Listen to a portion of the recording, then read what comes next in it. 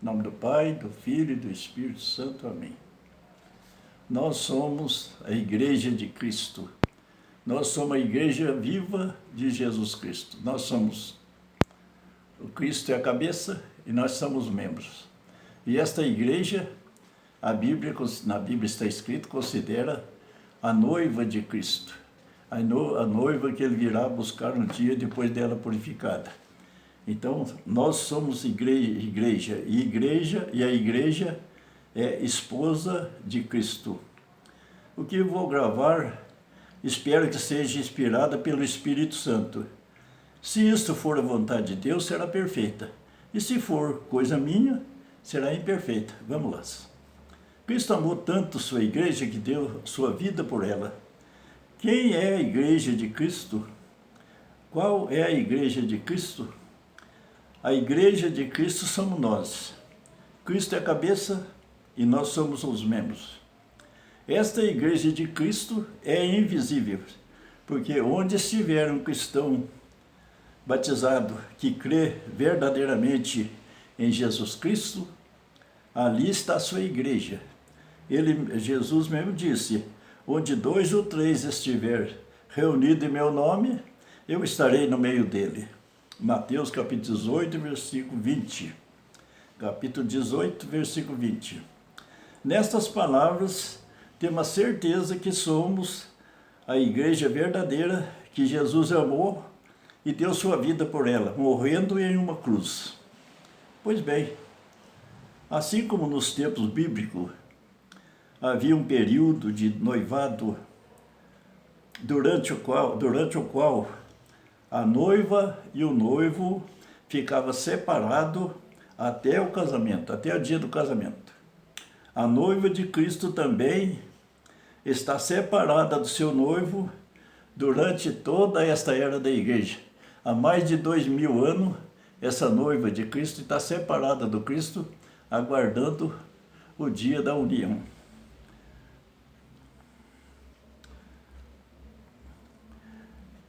E a responsabilidade dessa noiva, a sua responsabilidade durante esse período de separação do noivo, a responsabilidade é ser fiel a ele. A responsabilidade dessa igreja era de ser fiel a Jesus Cristo, desde o começo, desde todo esse tempo.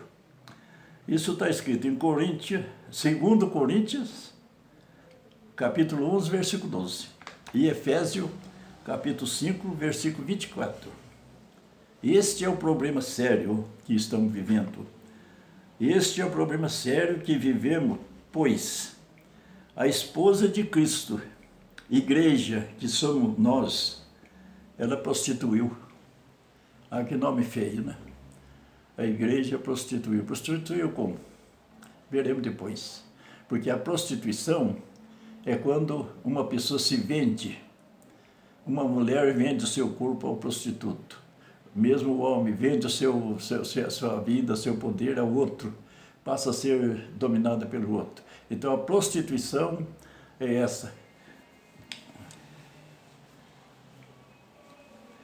Por certo, esse é o problema sério, pois a esposa de Cristo, que somos nós, igreja, ela prostituiu.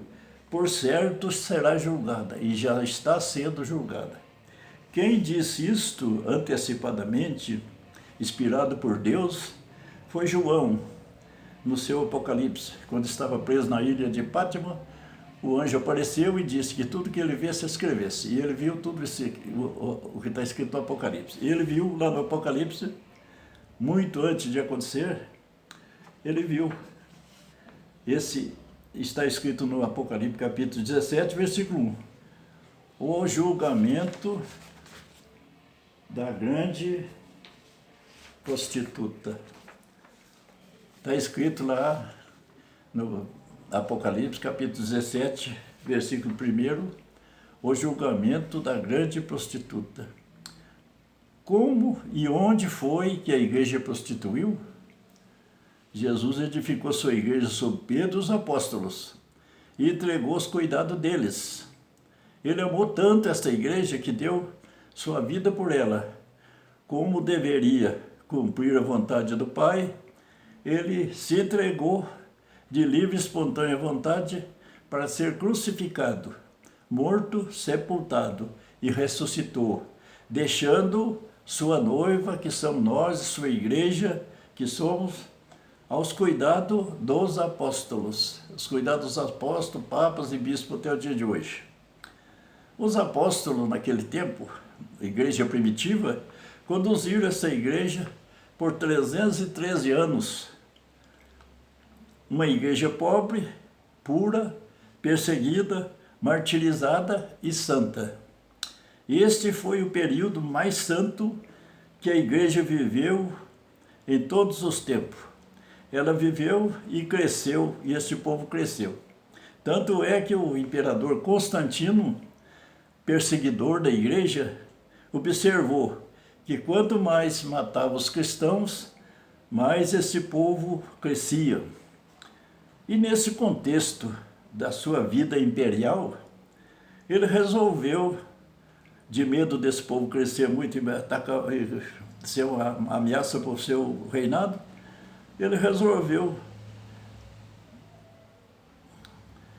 entrar para a igreja. Ele resolveu entrar para essa igreja e deixar de persegui-la e dar todo o apoio a esta igreja para tirar proveito dela. O interesse dele é tirar proveito da igreja, como de fato tirou. Este foi o primeiro erro da igreja. Nisto, ela se prostituiu, vendendo seu poder ao imperador, em troca de liberdade, dinheiros, bens materiais, tais como sede próprias e muitas igrejas e muitas riquezas até os dias de hoje. O imperador Constantino dominou e controlou tudo, até papas e bispos. Era o império que escolhia, ao contrário daquilo que Cristo edificou e recomendou aos apóstolos, fazendo tudo o contrário daquilo que o Cristo tinha recomendado, ser uma igreja pobre. E Cristo disse: ide pelo mundo inteiro, anunciar o evangelho a toda criatura. Está escrito em Marcos, capítulo 16, versículo 15. E ele disse também: não leveis ouro, nem prata, nem dinheiro na cintura, nem mochila, nem duas túnicas, nem sandálias, nem cajados, pois o operário merece o seu sustento. Isso está escrito, é palavra de Cristo, está escrito no Evangelho de Mateus, capítulo 10, versículo 9. Assim deveria permanecer sua igreja, mas ela, através de seus bispos e papa, se vendeu o seu poder ao imperador Constantino de Roma. Daí para frente, até os dias de hoje, a igreja de Cristo só enriqueceu, só pecou e só pensou em dinheiro, e cresceu e construiu catedrais, basílica e catedrais muito luxuosas, e hoje a igreja é um poderio. Hoje a igreja é muito rica, então desviou daquilo que o Cristo instituiu. Aí foi a prostituição da igreja.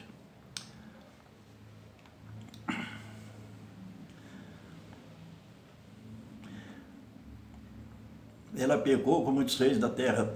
Aqui se cumpre a profecia do Apocalipse, capítulo 17, versículo 1, o julgamento da grande prostituta, pecadora, que já está sendo julgada e vai ser condenada por Deus. Aqui podemos comparar a parábola do joio e do trigo. Nesse contexto, dá para comparar a parábola do joio e do trigo. Quando Constantino entrou para a igreja, é que foi semeado o joio no meio do trigo. Entrou o mal no meio do bem e ficou. E a parábola diz, Jesus disse assim: deixai que os dois cresçam juntos, deixai que esse mal cresçam junto, vivam junto, até o momento da colheita. Isso é muito importante. No momento da colheita, direi ao ceifador: arranca primeiro o joio, atai-o em feixes para ser jogado ao fogo, e recolhei depois o trigo em meu celeiro. Mateus capítulo 3, versículo 18. Assim viveu a igreja esta caminhada envolvida com os reis da terra por mais ou menos 1700 anos depois de entrar para o Império Romano. Agora já estamos em plena colheita, pode crer, já chegou o tempo da colheita. O joio está sendo arrancado do meio do trigo. Deus é maravilhoso. Tudo que é dele nunca se perde. O Senhor Deus já entregou sua igreja ao ceifador para fazer a sua purificação. Esta igreja que está em saída para nova evangelização, nova religião mundial, para agradar o mundo todo, esta igreja não é a igreja de Jesus Cristo. Essa igreja em saída não é a igreja, não é mais a igreja de Jesus Cristo. É o joio saindo do meio do trigo. É o mal saindo do bem. Parece que está morrendo, mas é só o corpo pecador dessa igreja que deverá ser queimado. Nem todos sabem, aqui vamos fazer um comentáriozinho. Nem todos os cristãos sabem, nem quer saber, nem quer entender, porque parece que o que eu digo é coisa de doido, mas não é. Porque naquele tempo de Noé também, o que o Noé falava era coisa de louco. E depois veio o dilúvio e acabou com tudo. Não acreditaram em Noé e veio e acabou com tudo. E Jesus também disse que o fim dos tempos agora, esse tempo que está chegando, é igualzinho o tempo de Noé. Ninguém quer entender nada, ninguém quer saber de nada. Tudo vivendo a mesma vida, casando, fazendo negócio, construindo e tanta coisa. Sendo que estamos próximo do fim. Então eu pareço bem, dá para comparar bem com Noé, porque eu acho que eu sou meio louco igual a Noé. Deus me deu esse conhecimento de eu ver as coisas antes de acontecer e eu estou vendo. Nós estamos aproximando do fim. E já está claro e está escrito. Por quê? Nem todo mundo sabe que o Papa, nesse dia 19 de março, dia de São José, esse passado, né, na semana passada, ou no começo dessa semana, o Papa assinou e promulgou e apresentou uma nova Constituição para a Igreja. Uma nova Constituição está promulgada para vigorar do dia 5 de junho de 2022 em diante, vai vigorar a nova Constituição da Igreja. Portanto, essa maneira de igreja nossa, essa que vivemos há 2000 anos, ele está deixando para trás e agora está fazendo uma nova religião junto com os xiitas, islamitas, judeus e muçulmanos. Então é uma igreja unida assim para agradar o mundo, agradar o homem. É uma igreja voltada só para o homem, para a ecologia, para a preservação da natureza. É uma igreja só voltada para o mundo. E com certeza, toda certeza, essa igreja é anticristã. E já está promulgada, não é papo, não é fala, não é boato. Está promulgada para vigorar do dia 5 de junho deste ano, de 2022. Então, de lá para frente, vamos ter outra Constituição da Igreja. Não sei como vai ser. Eu não sei como vai ser. Fico muito triste, porque se bulir com a celebração da Eucaristia, mudar tudo, depois não sei como vai ser. Então, vamos procurar viver, rezar, para que nós não percamos a fé, para que os cristãos não percam a fé, porque vai ser revelado, essa religião é a igreja anticristã. Sendo anticristã, é a religião do anticristo. E está escrito na Bíblia que um dia o anticristo vai reinar sobre a terra, vai reinar para juntar todo o mal junto com ele. Então, essa igreja não vai morrer, a igreja católica vai permanecer, a verdadeira vai permanecer. O que está morrendo é só esse corpo pecador da igreja, que deverá ser queimado. Mas a verdadeira igreja está se purificando. Estes são os cristãos que permanecerão até o fim, serão a noiva de Cristo, purificada de todos os pecados e santa. Esta é a noiva que Jesus virá esposá-la e fazer morada com sua igreja, que são os cristãos que permanecer firme na fé até esse dia. Na segunda vinda de Cristo, a igreja se reunirá ao esposo, e essa oficial cerimônia de casamento, será realizado com ela a união eterna de Cristo e sua noiva. Será concretizada. Está escrito em Apocalipse, capítulo 19, versículos 7 a 9, 21, capítulo 21, de 1 a 2. Era bom que todos os cristãos católicos lessem a Bíblia para ter visão das coisas, porque eu leio, procuro saber, apesar da minha pequeneza, eu procuro descobrir, pesquisar e tudo, e vejo todas essas coisas. Não sei se vão entender, mas para entender melhor, vou comparar a igreja na sua santidade e no pecado. Comparando a igreja com o nosso corpo humano. Nós nascemos com o pecado original, herdado de nossos primeiros pais, Adão e Eva, certo? Certo. Mas com o batismo, esse pecado foi apagado e recebemos o Espírito Santo. No batismo, o pecado original foi apagado e recebemos lá o Espírito Santo de Deus. Enquanto criança, ficamos puros e santos. Enquanto criança, vivemos puros e santos. Mas, com o passar dos tempos, pecamos. Mas o Espírito Santo continua nesse corpo pecador. O Espírito Santo não vai embora. Mesmo o homem pecado, o homem no pecado, Deus ama o pecador e o Espírito Santo está nele. Em toda a vida, só vai sair no dia da morte. O Espírito Santo de Deus está no homem pecador. Então, o Espírito Santo continua nesse corpo pecador, mesmo sufocado pelo pecado, até o fim da vida. Certo ou errado? Certo. Assim também foi a igreja, viveu, assim também, comparado ao corpo humano, que no dia da morte o Espírito Santo deixa o corpo e vai. Assim também viveu a igreja 313 anos, pura, santa, mas depois pecou feio com o imperador romano. Mas mesmo assim, a santidade da igreja continua. A santidade da igreja continua e vai continuar até o fim. Até o fim. Porque quem vai ser vencedor é Jesus Cristo. Não adianta. O poder do mal nunca vai poder dominar. Mas depois dos 313 anos, a igreja pecou feio com o imperador romano. Mas mesmo assim, a santidade da igreja continua. Santa e pecadora, assim a gente reza na missa, santa e pecadora, até o fim dos tempos. Certo ou está errado?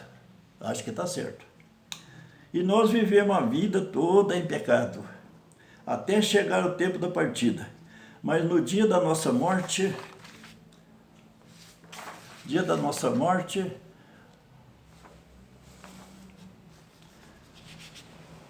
se convertermos e arrependemos do nosso pecado, Deus perdoa e poderemos ser salvos, corpo e alma, e o Espírito Santo voltará a Deus. Se não convertemos e morremos em pecado, iremos corpo e alma para o inferno. Mas o Espírito Santo sai desse corpo e volta para Deus, talvez muito triste de ver para onde foi o corpo. Então, o Espírito Santo voltar para Deus. Se não convertermos e morrermos em pecados, iremos corpo e alma para o inferno. Mas o Espírito Santo volta para Deus. É mais muito triste. Assim também é a igreja. No começo era somente santa, mas depois do pecado, caminhou mais 1700 anos, sempre pecando. Mas a santidade de Deus nunca a abandonou. E não vai abandonar. A santidade de Deus nunca abandonou a igreja e não vai abandonar, mesmo ela em pecado. Caminhou sufocada pelos grandes pecados, mas o Espírito Santo de Deus sempre junto, tentando conduzi-la. Agora chegou o fim dos tempos.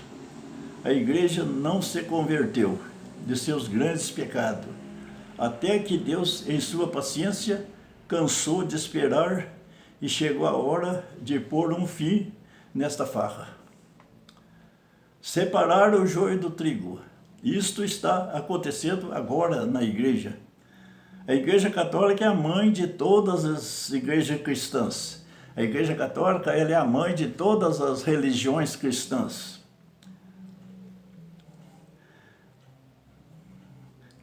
Tanto as católicas como as evangélicas, que são todas falsas. Cristo edificou uma só igreja, uma só. Cristo só edificou uma igreja. E não deu nome. O nome da igreja é somente minha igreja. O Cristo disse, edificarei minha igreja, disse sobre Pedro. Sobre esta pedra edificarei minha igreja. Não tinha nome. Não deu nome de católica, não deu nome de evangélico, nada. Agora diz ter milhares e milhares de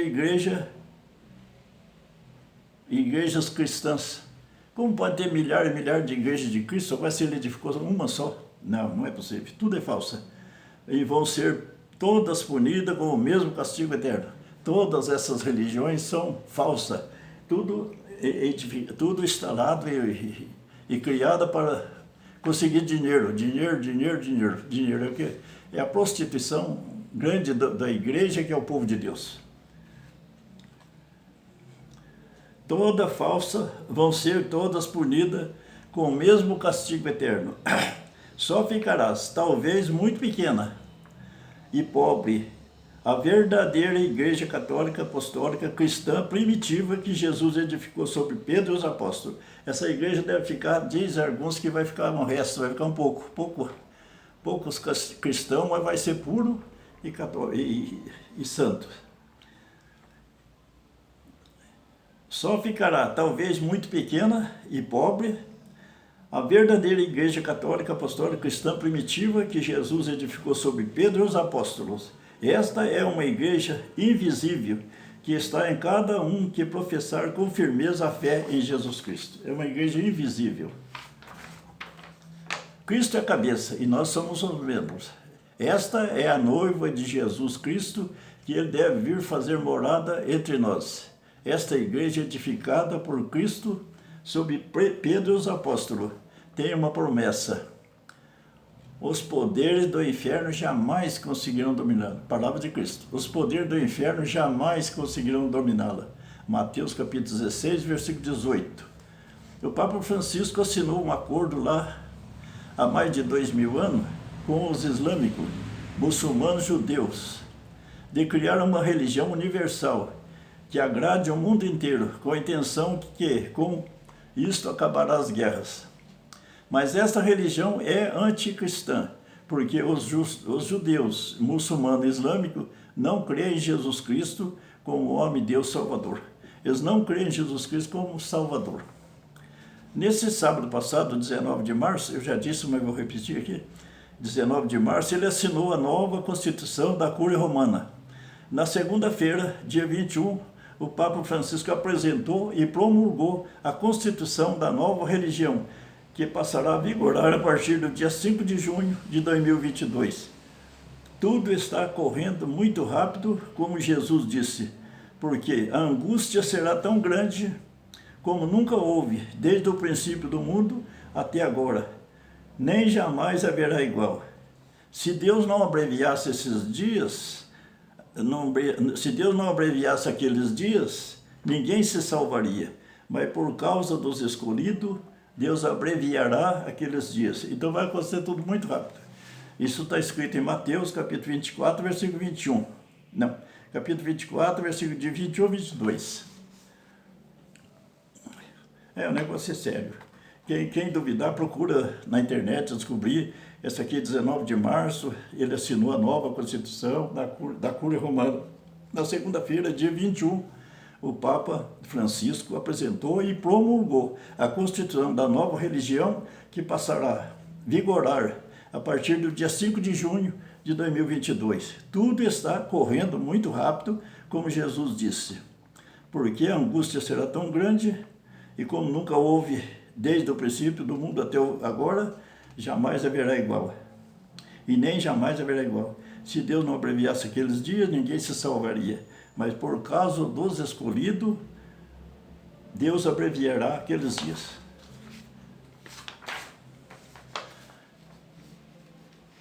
Isto é uma coisa minha. já não tem nada a ver, essa é a minha maneira de pensar. Enquanto estiver um padre celebrando neste rito romano, ainda que seja em um quarto escondido, porque eu espero que vai vir a perseguição, vai vir tão forte na igreja que quem quiser ficar na própria igreja, na verdadeira igreja de Cristo, vai ser perseguido e morto. Vai ser perseguido e até morto. Eu mesmo posso ser um deles. Então, mas enquanto estiver um padre celebrando nesse rito romano, ainda que seja em um quarto escondido ou em uma catacumba, eu estou na igreja. Eu estou firme na igreja. Mas se com a nova Constituição mudar a celebração da missa, numa celebração de missa profana, como parece que vai ser, eu estou fora. Vou ficar com a minha igreja doméstica, rezando o rosário, fazendo comunhão espiritual, santificando o domingo, mesmo sem missa. Que Deus nos guarde e não nos deixe perder a fé, Nossa Senhora e Nossa Senhora Maria Santíssima, Mãe de Jesus, intercedei por nós. Amém. Eu prefiro perder tudo neste mundo, mas não quero perder a fé em Jesus Cristo e Maria Santíssima e na verdadeira igreja que permanecerá até o fim, que tem a promessa que os poderes do inferno jamais conseguirão dominá-la. E quem perseverar firme na fé será salvo. Eu posso perder tudo, perder até a vida. Se precisar perder a minha vida para defender a pessoa de Cristo, eu quero estar. Porque não adianta nada ganhar o mundo e perder a vida eterna. Fique com Deus, que Deus nos abençoe e nos guarde, que o povo entenda, se alguém ouvir essa minha gravação, que procure entender e procure descobrir se isso é verdade ou não é, e veja essas coisas que eu disse do Papa e da Igreja, da criação da nova religião, tudo tá só procurar na internet que encontra. E procura também no Apocalipse, o que está escrito no Apocalipse, que do julgamento da grande pecadora, também está escrito. Em nome do Pai, do Filho e do Espírito Santo. Amém.